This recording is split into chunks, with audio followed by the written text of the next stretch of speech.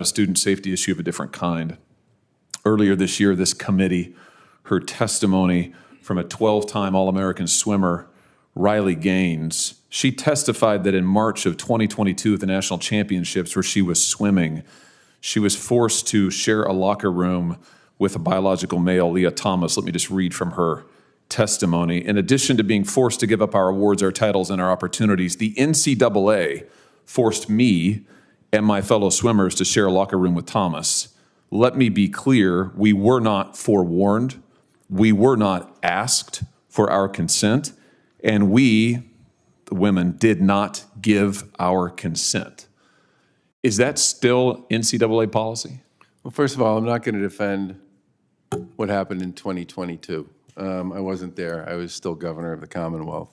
What I will say is we have very specific rules and standards around the safety and security of all our student athletes, and anyone who hosts one of our national championships has to accept that they know what they are and then abide by them accordingly. But and does that include female athletes having to share locker rooms with biological males, not being warned or consent? Are they asked for their consent? I don't believe that. I don't believe that policy would be the policy we would use today. Currently not in Correct. Yeah. Well, let me just ask you this. Would you support the right of student athletes to unionize? Athletes like Ms. Gaines, Ms. Thomas here today, to unionize, to have some bargaining power on some kind of an equal footing to deal with the NCAA, whether it's over safety issues like this one, whether it's over name, image, and likeness, whether it's over compensation. It seems like these institutions have all of the power. The NCAA has a lot of power. As we heard from Ms. Gaines, should student athletes have the right to unionize, to be able to speak with a little bit of an equal voice?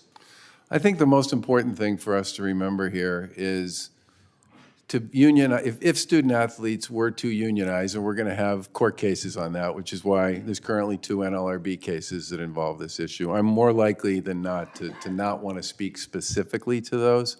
I do have concerns, and I've raised these before, about creating a system where you put one brush across all 19,000 teams, all 1,100 schools, all 500,000 athletes, and say they should all be employees. Because I do believe in your state and in the state of every single person on this committee, literally thousands of your interscholastic athletic programs will go away, because it completely changes everything about what it means to be a student athlete and what it means to be a college that supports student athletics. And I think that's a problem.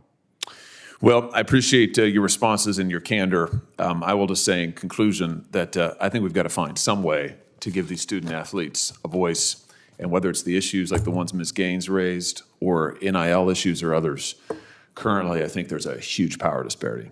Thank you, Mr. Chairman. Can I just make one final point, Senator, which is all 3 of our student athlete advisory councils, which are elected by their peers, have expressed deep concerns about being considered to be employees. And I've talked to probably 1,000 student athletes since I got this job, and I haven't talked to one yet who wants to be an employee. I think that's important. Senator Blackburn.